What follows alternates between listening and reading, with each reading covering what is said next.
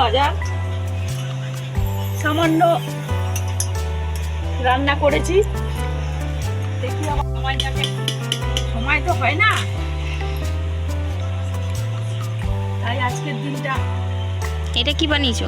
এটা কুমড়ো বটি। কুমড়ো বটিটা কি দিয়ে বানিয়েছো গো?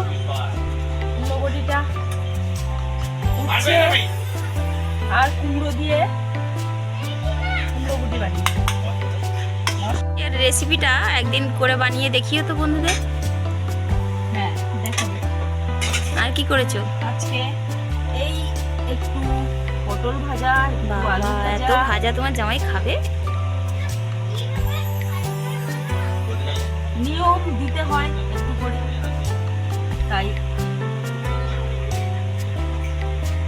6টা ভাজা দিতে হয়, তাই তোমা এটা শাক ভাজা। কি শাক গো? এই পাঁচমিশালি শাক। তোমাদের এখানেই শাক তুলেছো? হ্যাঁ, আমি চাষ করেছো? বসিয়েছিলাম একটু কলমি শাক, পালং শাক বসিয়েছিলাম, তাই আজকে একটু তুললাম, মিক্স। তুলে পাঁচমিশালি শাক ভাজা করে। কি পটল পোস্ত!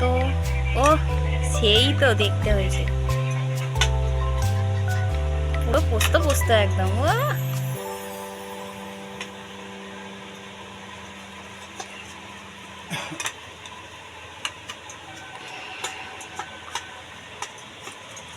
এত কিছু তোমার জামাই খেতে পারবে?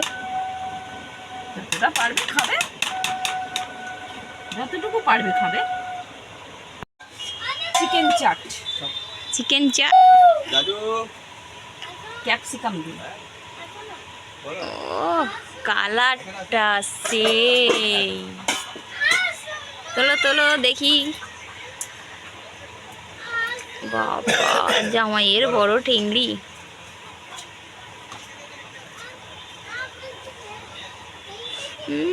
যা গন্ধ বেরিয়েছে।